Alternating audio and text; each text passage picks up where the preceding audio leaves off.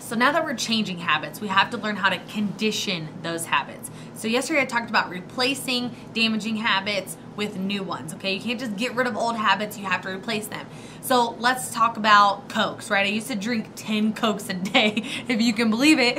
And once I realized that's a really damaging habit that I have, how can I replace it? So I replaced it with water, right? And at first, man, like I had to put Crystal Light in there, I had to put Mio in there, but I was like, I'm gonna replace, every time I want a Coke, I'm gonna replace it with a bottle of water. It becomes kind of difficult in the beginning because you're like, man, like, oh yeah, I forgot to drink the water, because you're like, if it's not Coke, you're not just like sipping on it. Obviously, at the time, it didn't taste as good to me, right? Like that new habit wasn't formed yet. And so I had to remind myself. So the first part of conditioning the habit is reminding yourself. So I'd set an alarm on my phone for every hour and a half to make sure that I drank a bottle of water. And so what happened here is I started to repeat the habit.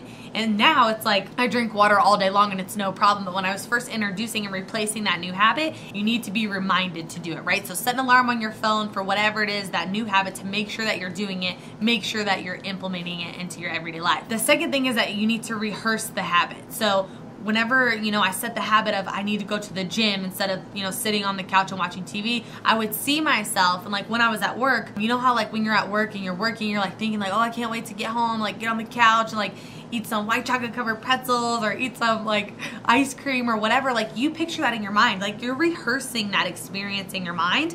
And so I realized like I need to take that out and rehearse the new habit in my mind that I actually want to do. So whenever I'd feel myself at work being like, oh, I can't wait to get home, like sit on the couch, I would immediately change it and rehearse the new thought. Oh, I can't wait to get to the gym and watch my show and walk on the treadmill, like I'm gonna feel awesome after. And so I just started rehearsing, like seeing myself at the gym, seeing myself walk on the treadmill, watching my show, and then it became easier to actually go do it. But because I'd already seen it in my mind, I'd already had the experience in my mind, it was like it was already a sealed deal that it was gonna happen. So make sure that you're rehearsing in your mind that new habit that you're supposed to be doing. When you feel the old habit starting to creep in, be rehearsing that new habit. Push that old damaging habit out and rehearse the new habit in its place. And then the third part of conditioning is praising yourself for success. The best thing that you can do is reward yourself, whether it's just a pat on the back, or maybe if you get to the gym, 6 days out of 7, then, you get to have a new shaker bottle, right? Like something simple. Or you could just reward yourself like $1 every time you actually made it to the gym. And